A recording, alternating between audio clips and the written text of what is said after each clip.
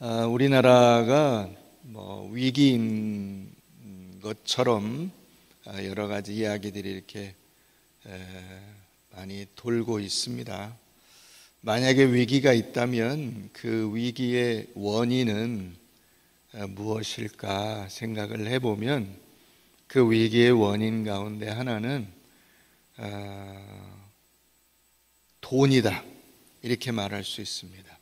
돈이 없어서가 아니라 돈을 가장 중요하게 생각하는 사람들의 그 가치관, 이것이 위기를 만들고 있는 근본적인 원인이라고 저는 판단을 하고 있습니다.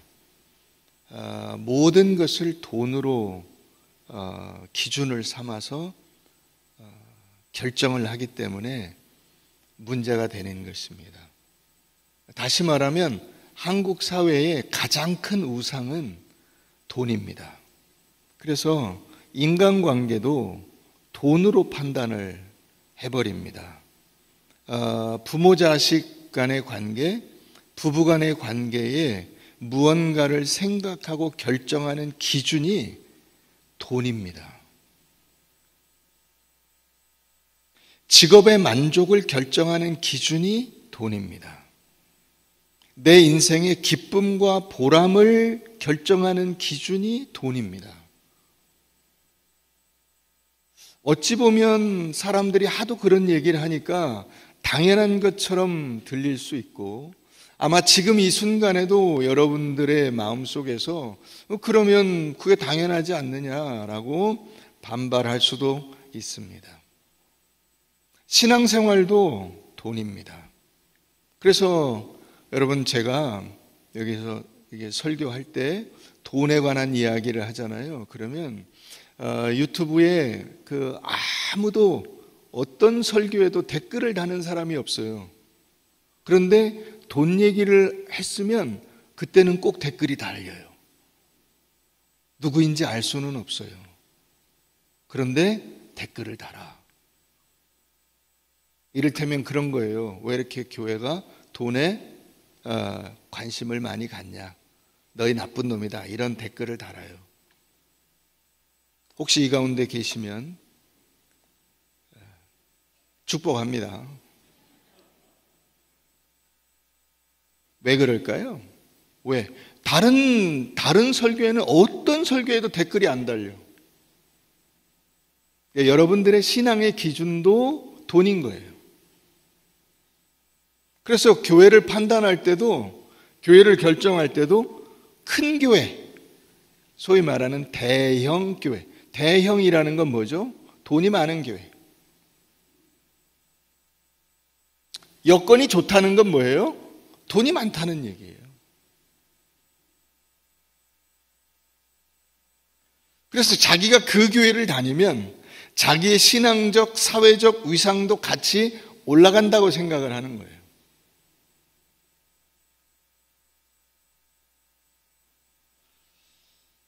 그러나 여러분, 우리가 오늘 말씀에서 보듯이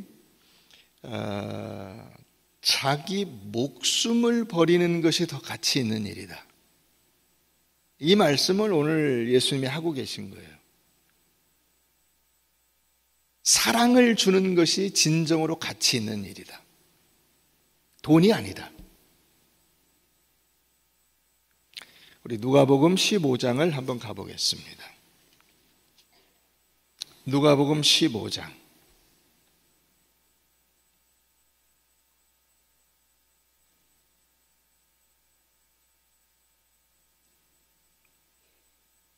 (11절) 또 이르시되 어떤 사람에게 두 아들이 있는데 그 둘째가 아버지에게 말하되 아버지여, 재산 중에서 내게 돌아올 분깃을 내게 주소서 하는지라 아버지가 그 살림을 각각 나눠 주었더니 그 후 며칠이 안 되어 둘째 아들이 재물을 다 모아가지고 먼 나라에 가 거기서 허랑방탕하여 그 재산을 낭비하더니 다 없앤 후에 그 나라에 크게 흉년이 들어 그가 비로소 궁핍한지라 가서 그 나라 백성 중 한 사람에게 붙여 사니 그가 그를 들로 보내어 돼지를 치게 하였는데 그가 돼지 먹는 쥐염 열매로 배를 채우고자 하되 주는 자가 없는지라 이에 스스로 돌이켜 이르되 내 아버지에게는 양식이 풍족한 품꾼이 얼마나 많은가 나는 여기서 주려 죽는구나. 내가 일어나 아버지께 가서 이르기를 아버지 내가 하늘과 아버지께 죄를 지었사오니 지금부터는 아버지의 아들이라 일컬음을 감당하지 못하겠나이다. 나를 품꾼의 하나로 보소서 하리라 하고 이에 일어나서 아버지께로 돌아가니라. 아직도 거리가 먼데 아버지가 그를 보고 측은히 여겨 달려가 목을 안고 입을 맞추니 아들이 이르되 아버지 내가 하늘과 아버지께 죄를 지었사오니 지금부터는 아버지의 아들이라 일컬음을 감당하지 못하겠나이다 하나 아버지는 종들에게 이르되 제일 좋은 옷을 내어다가 입히고 손에 가락지를 끼우고 발에 신을 신기라. 그리고 송아지를 끌어다가 잡으라. 우리가 먹고 즐기자. 이 내 아들은 죽었다가 다시 살아났으며 내가 잃었다가 다시 얻었노라 하니 그들이 즐거워하더라. 이 탕자, 흔히 말하는 탕자의 비유입니다. 탕자는 돈을 중시해서 아버지를 떠난 사람입니다. 그러니까 자기 인생의 성공은 돈으로부터 출발한다고 생각을 한 것입니다. 그래서 아버지에게 자기에게 줄 분깃을 나눠달라 이렇게 말했다고 돼 있어요. 여기 분깃이라는 것은 우시야라는 단어인데 이것은 본질이라고 하는 뜻입니다. 하나님 아버지 제 인생에 제일 중요한 저의 본질 그게 뭐라는 거예요? 돈이라는 거예요. 그 본질을 저에게 주십시오 그렇게 요청을 했어요. 그랬더니 아버지가 뭘 줬냐면 살림을 나눠줬다 이렇게 돼 있어요. 이 살림은 비오스, 영어로 하면 바이오스예요. 바이오 뭔지 아시죠? 바이오, 생명을 나눠줬다고. 아들은 아버지에게 저에게 가장 중요한 물질을 주세요 그랬는데 아버지는 뭘 줬어요? 생명을 줬어요.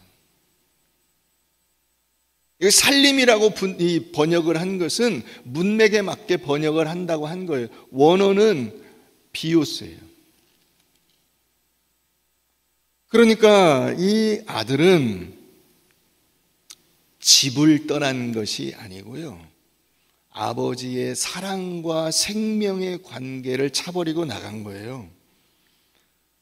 자기에게는 돈이 가족보다, 집보다, 생명보다, 그죠?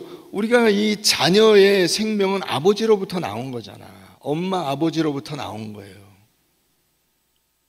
그래서 여기 아버지가 있는 거예요. 이 아버지는 하나님을 상징하는 존재예요. 여기 엄마가 안 나오는 이유가 바로 거기 있어요. 하나님 아버지이기 때문에. 그걸 강조하기 위해서예요. 그러니까 탕자는 어떻게 생각한 거예요? 돈만 있으면 자기는 행복해질 것이라고 생각을 한 거예요. 돈이면 다다. 내가 나가서 돈을 많이 벌어서 나중에 내 아버지 갖고 있는 재산도 내가 다 사버리리라. 아버지에게 내가 본때를 보여줄 것이다.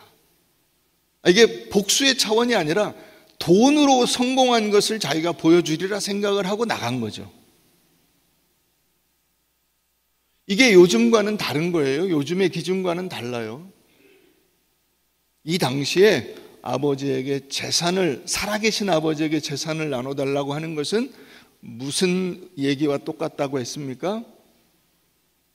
노인네 빨리 돌아가시기나 하지 왜 살아있어가지고 내가 마음껏 내 맘대로 살 건데 내 꿈을 펼칠 수 없게 가로막아, 이렇게 말하는 거하고 똑같다는 얘기를 제가 드린 적이 있습니다. 그러나 그가 어떻게 됐습니까? 아버지에게 생명, 진짜 본질이 무언가를 아버지는 그 아들에게 간접적으로 보여준 것이죠. 생명을 나눠주고 그 나눠준 물질을 이 아들이 가지고 가서 자기 나름대로 애를 썼겠죠. 그죠? 여기 허랑방탕하다고 한 것은 단지 문란하다는 뜻이 아니에요. 흥청망청 썼다는 뜻이 아니라 낭비했다는 뜻이에요. 낭비. 다시 말하면 방향을 잘 모르고 엉뚱한 데 써버리는 것이 낭비예요. 여러분들의 인생에 참다운 방향을 찾지 못한 채 엉뚱한 데다 여러분들의 시간과 물질을 쓰는 것이 낭비예요. 이 탕자가 그렇게 했어요. 허랑방탕했어요. 그것은 아마 문란함을 같이 포함하고 있는 개념일 수도 있어요. 이 문맥 속에서는. 그래서 어떻게 됩니까? 물질이 다 없어져 버렸죠.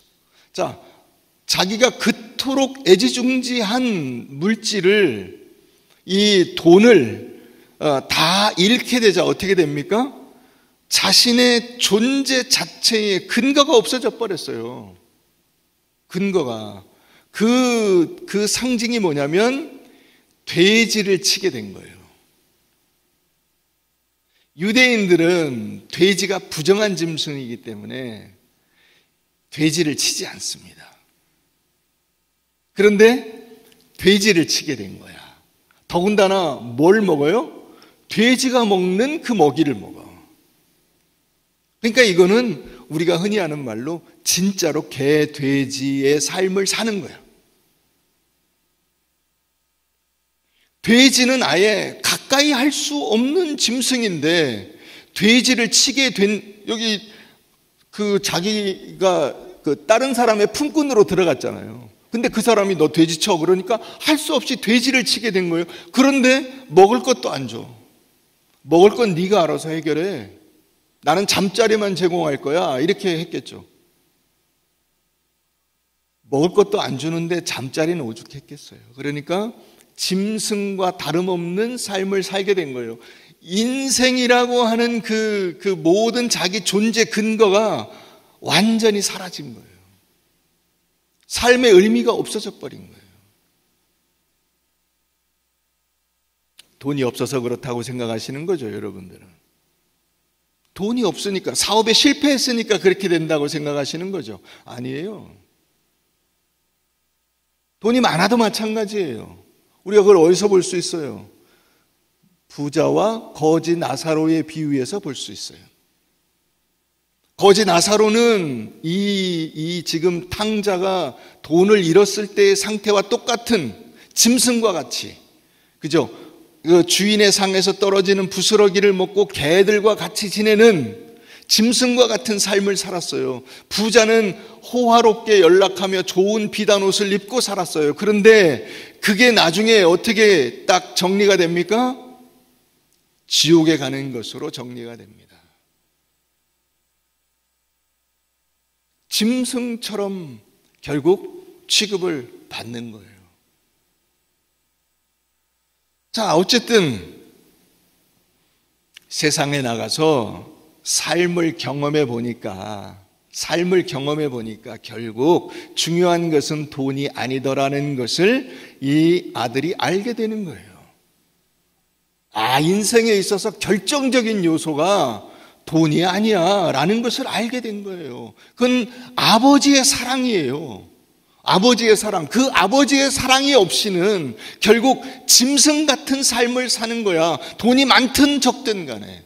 만약에 이 아들이 돈이 많았다고 칩시다. 사업에 성공했다고 칩시다. 그러면 행복할까요? 아니죠. 여러분, 야곱을 보세요. 야곱이 나가서 짐승같이 살았어요. 그래서 성공했어요. 돌아옵니다. 마음이 조마조마해. 하나님이 없는 인생이 마음이 조마조마해. 견딜 수가 없어요. 결국 하나님을 만나고서야 비로소, 분이엘, 하나님의 얼굴 아니에요. 하나님을 만나고서야 비로소 그의 마음에 평안이 찾아오게 되는, 참된 행복을 경험하게 되는 거예요. 인생의 결정적인 요소가 돈은 아니에요. 돈을 그때 어떻게 하죠? 야곱이 다 나누죠. 다 나누죠. 다 어떻게 이거 형이 달라 그러면 다 줘버려요. 다. 뭘 위해서? 내 목숨을 건져야 되니까. 내 삶의 근거는 남겨야 되잖아요.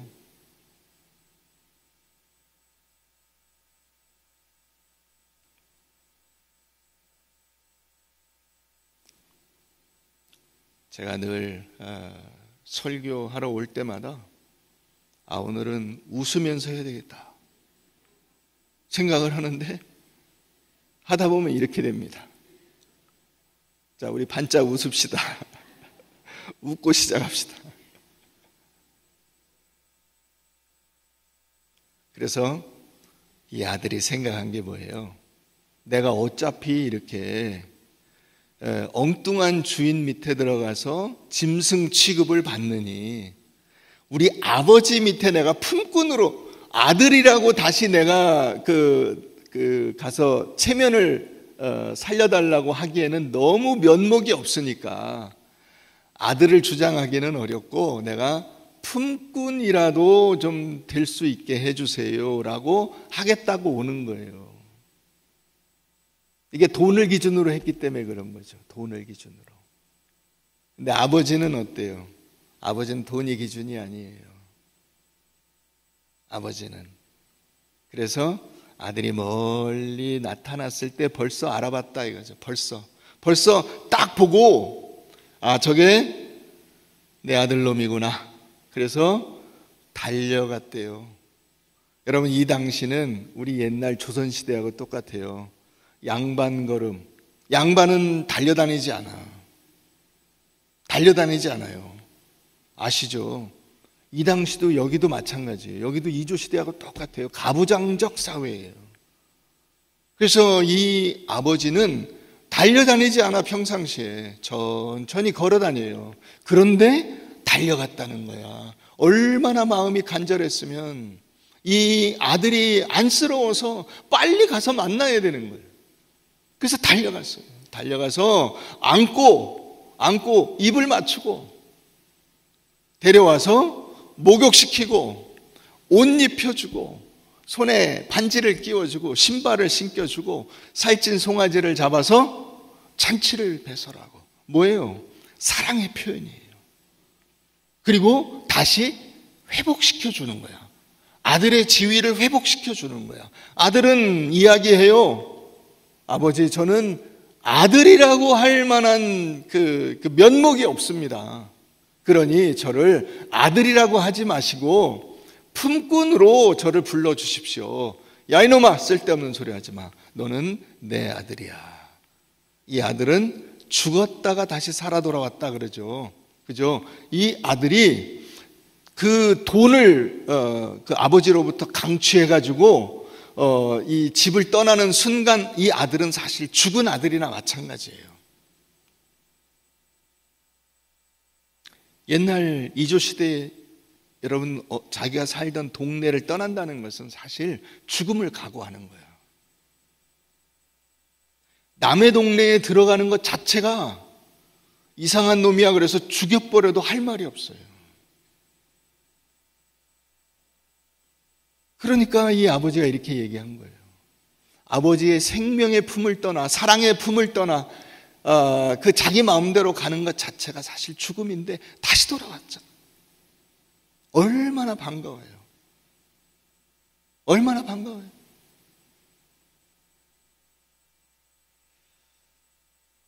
통장 잔고와 무관하고 실패의 여부와 무관하고 아버지의 사랑으로 돌아오기만 하면 그 사랑이 진짜 그의 재산이 되고 그의 생명이 되고 존귀가 되고 존재의 근거가 되는 것입니다. 그게 여러분 하나님의 사랑이에요. 하나님의 사랑. 우리 디모데전서 6장을 한번 가보십시다. 디모데전서 6장.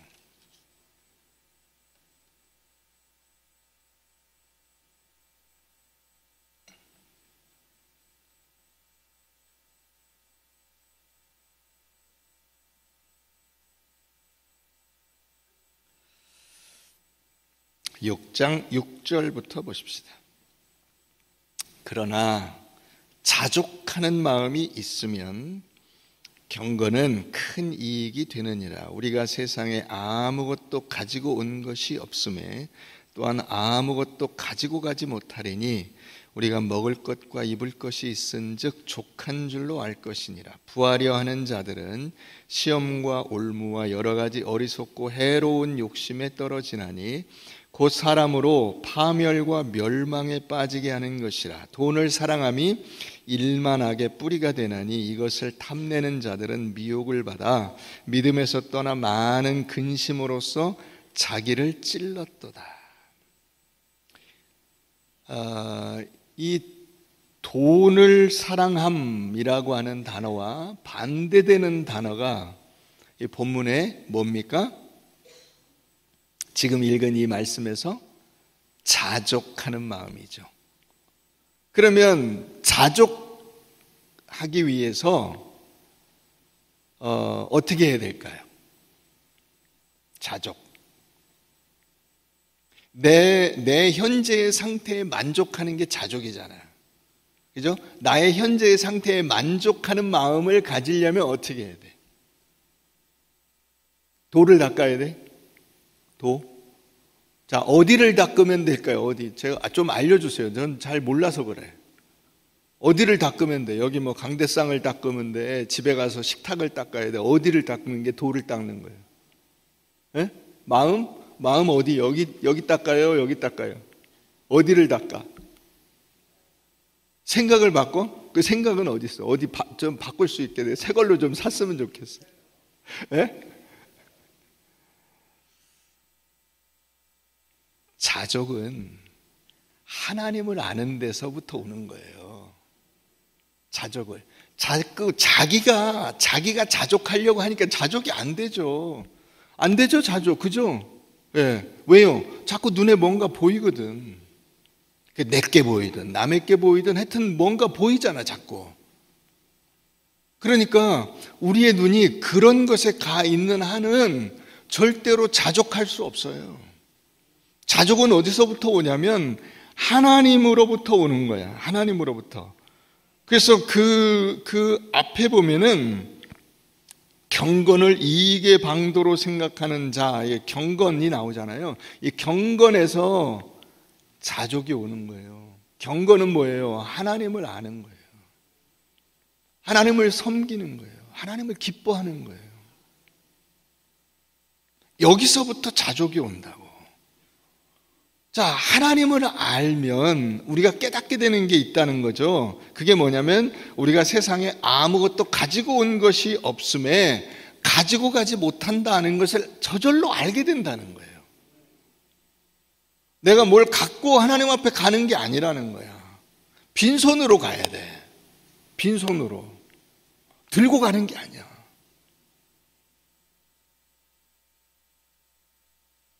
그러면 여러분 어차피 들고 갈 게 아니면 처음부터 가볍게 가야죠. 처음부터. 무거워지면 무거워질수록 여러분들이 힘들어져요. 그러니까 여러분 캠핑 가보셨어요? 캠핑? 저는 이제 캠핑은 뭐 별로 가본 적이 없고 그 아주 젊을 때 진짜 그 바리바리 싸들고 그 무거운 알루미늄 폴대로 된 텐트를 짊어지고 설악산 대청봉을 올라가 본 적이 있습니다. 근데 야, 진짜 그때는 어떻게 올라갔는지 모르겠어요. 그 무거운 짐을 지고. 요새는 이제 그렇게 안 다니죠. 요새는 가볍게 들고 갑니다. 그래서 뭘 해먹고 막 이런 게 아니라 이렇게 뭐 빵이라든가 뭐 이런 것들을 간단히 이렇게 해서 가볍게 짊어지고 올라가는데 그래도 그 최후의 하나 양보하기 어려운 게 있어요. 그게 뭐냐면 중간에 그 대피소에서 라면을 끓여 먹는 거야. 그것처럼 맛있는 라면이 없어요. 여러분 아세요? 설악산 대청봉 올라가다가 중간에 대피소에서 끓여 먹는 라면의 맛. 그거는 진짜 한 10만 원짜리는 돼요. 라면 값은 한 돈 1,000원 하는데 거기 가면 진짜 한 10만 원짜리 라면쯤 돼요. 엄청 맛있어요. 근데 라면을 끓여 먹으려면 뭘 들고 가야 되잖아, 그죠? 버너, 코펠을 들고 가야 돼. 그래서 그것도 제일 가벼운 거라고 갖고 가는데도 그래도 무거워요. 그래도 그거는 뭐 잠깐이니까, 그죠? 고생해봤자 잠깐이잖아요. 암만 오래 걸려봤자 한나절이면 올라갔다 내려오니까 괜찮아요. 그런데 여러분, 인생 내내 무거운 짐을 지고 간다고 생각을 해보세요. 그걸 어떻게 해요? 지리산 종주 해보셨어요? 저는 겨울에 지리산 종주를 여러 번 갔는데 한 1박 2일이나 2박 3일 그러면 짐이 한 20kg쯤 돼요. 요새는 이제 그것도 짐을 다 줄여가지고 간단히 짊어지고 갑니다. 그런데 20kg 짊어지고 가면은요, 짐만 들어도 쓰러질 지경이야. 근데 산을 오르락 내리락 해야 돼요. 근데 여러분들이 무거운 인생 짐을 지고 가는 게 그런 거예요. 그 무거운 인생 짐이 막 누구 고생하는 막 남편, 아내, 자식, 그게 아니에요. 그게 뭐냐면 무거운 생각이야. 무거운 생각을 짊어지고 가는 거야. 여러분, 아무리 그 무거운 사람도 내가 정말로 기쁘게 지면 하나도 무겁지 않습니다. 하나도 무겁지 않아. 여러분, 언제 그게 보이죠? 연애할 때. 연애할 때는 뭐든지 다 좋잖아요. 이게 지금 와서 생각하면 내가 그때 미쳤었지, 그런 생각이 들 수도 있지만, 연애할 때는 그렇지가 않아. 콩깍지가 씌어가지고 하나도 안 무겁고 하나도 안 힘들고 막 며칠 밤을 새도 아무 문제가 없고 나 끄떡없어, 나 이 정도야, 막 이렇게 되죠. 그런데 지금은 못 견디죠. 왜요? 마음이 바뀌었잖아. 마음이.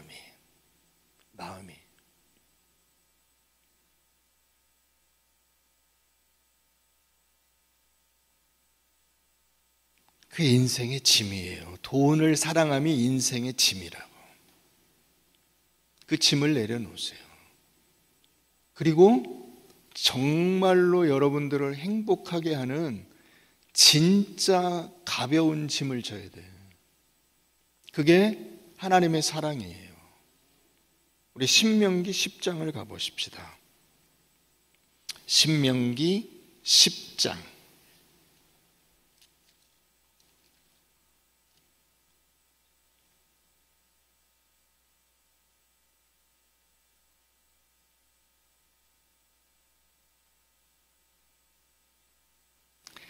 신명기 10장 12절. 이스라엘아, 내 하나님 여호와께서 내게 요구하시는 것이 무엇이냐? 곧 내 하나님 여호와를 경외하여 그의 모든 도를 행하고 그를 사랑하며 마음을 다하고 뜻을 다하여 내 하나님 여호와를 섬기고. 여러분들은 어떠세요? 이 이스라엘 백성들이 가나안 땅에 들어갈 때, 가나안 땅에 들어가서 너희 돈 많이 벌어라, 그렇게 말씀하시지 않고 무슨 말씀하시는 거예요? 하나님 사랑해라, 하나님 잘 섬겨라, 그분을 경외해라, 그분을 사랑해라, 이 말씀을 하고 있는 거예요. 여러분들의 인생 속에서 여러분들이 인생을 살아갈 때 좋은 대학 들어가라, 좋은 직장 들어가라, 뭐 결혼 잘해라, 집 사라, 뭐 이런 게 아니고 하나님 사랑해라, 하나님 잘 섬겨라, 그분과 인생을 동행해라. 이것이 하나님이 여러분들에게 요청하고 부탁하는 거라고요. 자, 그 다음 말씀을 보세요. 내가 오늘 내 행복을 위하여 내게 명하는 여호와의 명령과 규례를 지켜라, 이렇게 말씀하고 있어요. 이게 뭘 위한 거라고요? 여러분들의 행복을 위한 거라고요. 오늘 복날이라며요. 저희 그 처남댁이 엄청 사랑이 많으신 분이에요. 우리 큰 처남댁이 금요일 날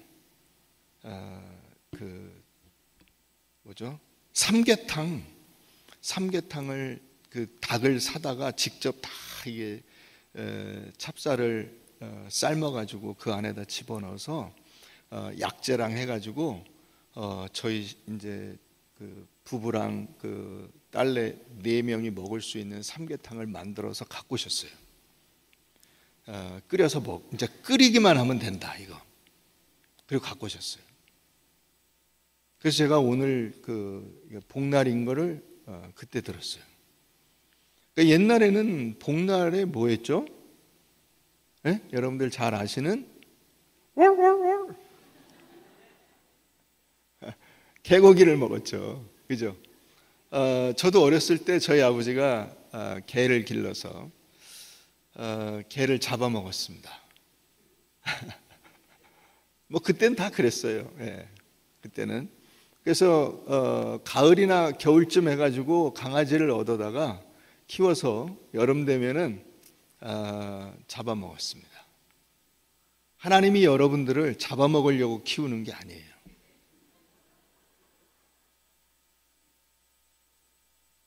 여러분들이 자식을 키우는 거하고 똑같아요. 자식을 키울 때 나중에 뭔가 기대하고 키우는 게 아니잖아. 그죠? 이놈 잘 키워가지고 내가 본전 뽑아야 되겠다 이렇게 생각하는 부모는 하나도 없어요. 너 잘 되라. 너 즐겁게 살아라. 너 행복했으면 좋겠다. 지금 하나님이 그 말씀 하시잖아요. 너 행복했으면 좋겠다. 너 잘 됐으면 좋겠다. 그래서 뭐라고 하시는 거예요? 하나님 사랑해라. 하나님 잘 섬겨라. 내 하나님이 너에게 베푼 사랑이 뭔가를 기억해라. 그게 너가 가장 행복해지는 방법이다. 첫 번째 밑거름이다. 여러분, 부모 자식 간에, 부부 간에 근본적인 그 관계의 그 기준이 돈은 아닌 거예요. 돈은 아니에요. 이걸 우리가 착각을 하는 거예요. 자꾸 안 믿는 사람들이 그런 얘기 하는데 휩쓸려 가버려서. 혹은 믿는 사람이라도 신앙이 깊지 못한 사람들이 하는 말에 휩쓸려 가버려서 착각하는 거예요. 우리 누가복음 19장을 가보십시다. 누가복음 19장.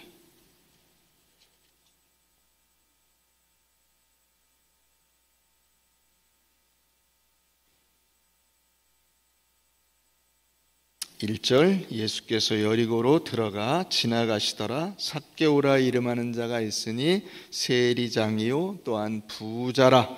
그가 예수께서 어떠한 사람인가 하여 보고자 하되 키가 작고 사람이 많아 할 수 없어 앞으로 달려가서 보기 위하여 돌 무화과 나무에 올라가니 이는 예수께서 그리로 지나가시게 되밀어라. 예수께서 그곳에 이르사 쳐다보시고 이르시되 삭개오야 속히 내려오라. 내가 오늘 내 집에 유하여야 하겠다 하시니 급히 내려와 즐거워하며 영접하거늘 뭇사람이 보고 수군거려 이르되 저가 죄인의 집에 유하러 들어갔도다 하더라. 삭개오가 서서 주께 여짜오되 주여 보시옵소서 내 소유의 절반을 가난한 자들에게 주겠사오며 만일 누구의 것을 속여 빼앗은 일이 있으면 네 갑절이나 갚겠나이다. 예수께서 이르시되 오늘 구원이 이 집에 이르렀으니 이 사람도 아브라함의 자손이미로다. 삭개오가 예수님을 만나게 됩니다. 삭개오는 그 전까지 뭐가 제1의 가치였어요? 자기 인생의 가치가 돈이었어요. 그래서 세리라고 하는 이 이스라엘 사람들에게 가장 비난받고 조롱을 받을 만한 그런 일을 하면서도 조금도 그런 것에 거리낌이 없었어요. 돈을 많이 모았어요, 실제로. 그런데 예수님을 만나게 됩니다. 예수님을 만나고 그의 인생의 관점이 대전환을 맞이하게 되는 거죠. 그래서 어떻게 바뀝니까? 아, 돈이 아무것도 아니구나를 알게 돼요. 그래서 어떻게 합니까? 내 자산의 절반을 가난한 자들에게 무조건 나눠주고, 절반을 나눠주는 거 말고 다른 사람들에게서 내가 억지로 빼앗은 일들이 많이 있는데, 이건 조건절이 아니에요. 이건 이스라엘의 표현 방법이, 이스라엘 사람들이 표현하는 방법이 이렇게 표현을 하는 거예요. 많이 있으면이라고 하는 것은 그런 일이 혹시라도 이런 뜻이 아니라 있는데예요. 있는데 내가 가난한 사람들의 돈을 막 착취했는데 거기에 대해서 4배로 보상을 해주겠습니다. 그러면 재산이 남는 게 있어요, 없어요? 없죠. 다 나눠주겠다는 거예요. 다. 비교되는 사람이 있죠. 누구예요? 여러분들이 알고 있는 부자 청년. 내가 어떻게 해야 영생을 얻으리까? 가서 내 재산을 가난한 자들에게 나눠주고 그리고 와서 나를 따르라. 그 사람이 근심하며 갔다고 했잖아요.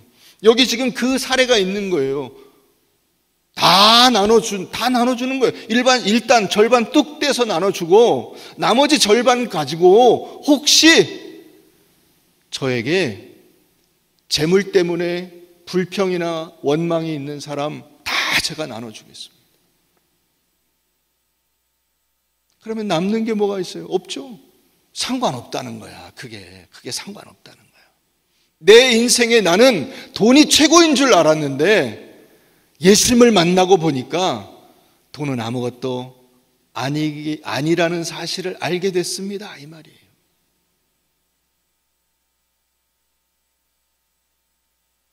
그래서 이제는 어떻게 하죠? 그 사람들의 관계에 돈을 투자하는 거예요.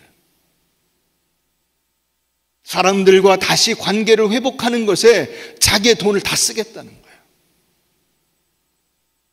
그러면 돈이 다 없어지잖아. 그건 괜찮다는 거예요. 왜? 예수를 만났으니까.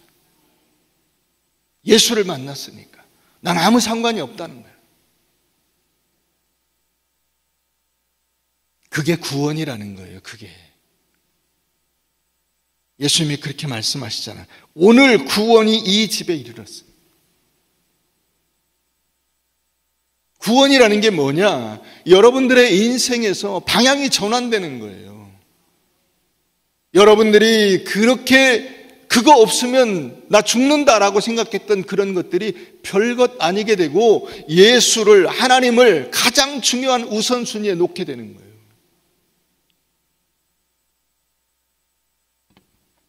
자, 우리 웃으면서 답합시다. 아멘. 네, 아멘. 1938년에 하버드대에서 연구를 시작했어요. 그 연구가 뭐였냐면 하버드대에 입학한 대학생들, 그 대학생들은 사실 다 어찌됐건 먹고 살만한 사람들이고 부유층이에요. 그 사람들과 그 하버드대가 보스턴에 있는데 보스턴에 있는 빈민가 청년들, 그 같은 또래 청년들하고 어떤 사람들이 더 행복할까? 이 의문을 가지고 하버드대에서 연구를 시작했어요. 그래서 구체적으로 하버드 대학생들 700 몇 명, 그 다음에 그 빈민가 청년들 700 몇 명 이렇게 해가지고 인원을 정해가지고 그 인원을 계속 실제로 면담하고 그 설문을 조사하고 그 사람들을 추적해가면서 85년 2023년도에 그 담당하는 연구 책임자 로버트 월딩어라고 하는 사람이, 이분이 하버드대 의대 교수인데 4번째 책임자예요. 왜냐하면 85년간 이 연구가 지속이 되고 있는 거니까. 그 사람들을 다 그 나이 들어서 죽으면 또 그 자식들 해가지고 지금 연구를 계속 진행하고 있는 거예요. 그래서 2,000명이 넘는 사람들을 추적 조사해 가면서 인간의 행복에 과연 경제적인 요소가 얼마나 큰 영향을 미치는가 하는 것에 관해서 조사를 했어요. 그 책도 나와 있고, 테드라고 하는 그 강연 동영상 있죠. 거기 여러분 쳐보시면 나와요. 로버트 월딩어. 이분이 그 연구팀에서 85년간 연구한 결과를 정리해서 말하고 있어요. 제가 그 책도 지금 방에 있는데 잊어버리고 안 가져왔네요. 인생에 있어서 중요한 딱 한 가지, 가장 중요한 한 가지는 돈이 아니고 물질적인 조건이 아니고, 다시 말하면 그 하버드대 학생들하고 빈민가 학생들하고 경제적인 문제 때문에 행복이 결정되지 않고 뭘로 결정이 되냐, 네가 인생에 지금 제일 행복한 순간이라면 그게 어떤 순간이야, 이런 것들을 계속 추적했는데 뭐였냐? 사람들과의 따뜻하고 의지할 수 있는 인간관계다. 이렇게 결론을 내렸어요. 인간관계를 떠나서는 진정한 행복은 없다.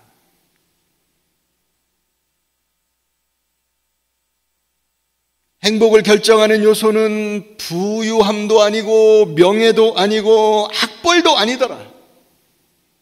행복은, 건강은 행복하고 사랑하는 그 질적인 인간관계에서부터 나오더라.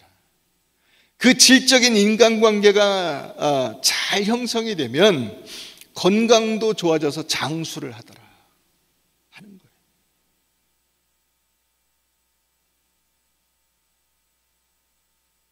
사랑하는 여러분, 하나님께서 우리를 그렇게 지으셨어요. 우리를. 그러니 여러분들은 빈민가 사람들이 아니잖아요. 빈곤 국가의 사람들이 아니에요. 얼마나 감사해요. 내가 적어도 굶어 죽을 걱정은 없다. 그러면 뭘 해야 돼요? 한 개라도 더 움켜쥐려고 발버둥 칠 것이 아니라 좋은 인간관계를 형성하고 사람들하고 행복한 관계를 만드는데 여러분들의 시간과 물질을 써야 돼요. 그게 여러분 교회예요. 교회 공동체가 바로 그거예요. 하나님께서 이 교회로 여러분들을 묶어주신 거예요. 아멘 하는 분이 한 분밖에 없다고? 동의하시죠? 여러분들이 사람에게 관심을 가지세요. 사람에게. 결국 인간의 행복은 사람이 주는 거예요. 돈이 행복을 주는 게 아니에요. 그래서 그렇잖아요, 여러분. 새로 결혼해가지고 사귀는 것보다 이미 알고 있는 사람하고 잘 지내는 게 더 좋지 않아요? 그렇지 않아요? 그러니까 부부간에 잘해주세요. 부모 자식하고 좋은 관계를 맺으시고 그 아무것도 아닌 자존심 내려놓으시고 손을 내미시고, 여러분들이 가장 쉽게 할 수 있는 두 가지 방법 먼저 알려드릴게요. 먼저 첫째는 환하게 웃으세요. 네, 환하게 웃으세요. 저도 애를 쓰고 있는데 제가 잘 안 돼서 죄송해요. 근데 설교 내내 웃을 수는 없잖아. 그럼 좀 모자라 보이지 않아요? 네, 내내 웃고 있는 그 설교자는 사실 좀 약간 좀 이 사람이 뭐 죄 지은 게 있나 싶어요. 그러나 여러분, 우리가 같이 만났을 때는 환하게 웃을 수 있어야죠. 그죠? 우리 옆에 있는 분들하고 한번 환하게 웃으면서 인사합시다. 목례 정도만 해도 괜찮아요. 예. 좋죠. 웃는 얼굴 볼 때가 사실 제일 좋은 거예요. 여러분, 애들 제일 이쁠 때가 언제예요? 환하게 웃을 때 아니에요? 예. 자, 두 번째 뭐냐? 여러분, 의자에 앉을 때 가운데로 앉으세요. 끝에 앉지 말고. 물론 지금 이제 우리가 예배드리는 우리 예배당은 좀 사실 공간이 넓기 때문에 혼자만 앉는 경우도 있어서 끝에 앉는 게 그렇게 문제는 되지 않아. 그러나 여러분, 앉을 때 연습을 하세요. 끝에 앉는 거는 기본적인 자세가 뭐예요? 나 너하고 같이 말 섞기 싫어. 나 끝나면 곧바로 갈 거야. 그러니까 그런 줄 알아. 이거잖아. 근데 안으로 들어가는 거는 마음 자세가 좀 다르잖아요. 나는 널 맞이할 준비가 돼 있어. 언제든지 네가 나를 향해서 다가오면 나는 맞이할 거야. 반가워. 이 마음이에요. 그게 가운데로 들어가는 거예요.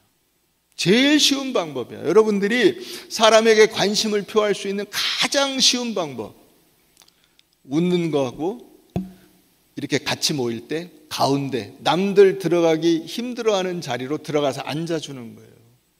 그러면 내가 호스트가 돼요. 여러분들이 자리 가운데로 가잖아요. 호스트가 돼. 주인이 된다고. 어서 오시오. 얼마든지 오시오. 내 자리 넓습니다. 오셔도 좋습니다. 좋잖아. 우리 교회 공동체에 열심으로 참여하셔.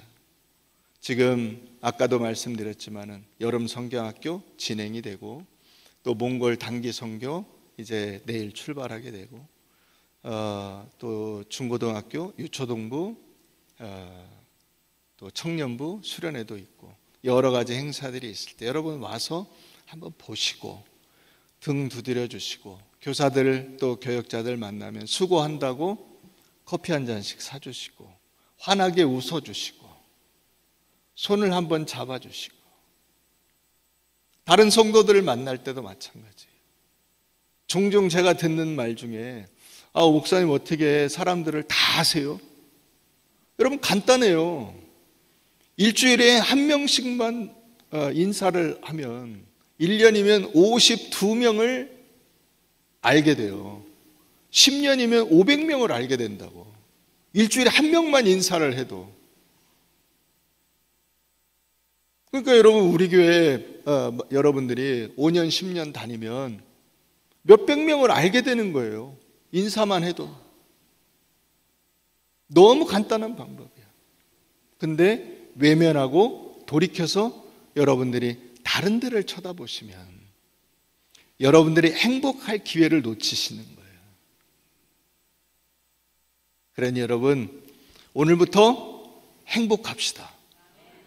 예수님이 우리에게 주신 사랑, 이 큰 사랑, 그죠? 주님이 하늘에서 내려오셨잖아. 직접 시간을 투자하시고 그의 모든 것을 쏟아 부으셔서 우리를 사랑해 주신 그 사랑, 우리가 여기서 함께 경험해서 행복과 기쁨으로 풍성하게 열매 맺으시기를 주의 이름으로 축원합니다.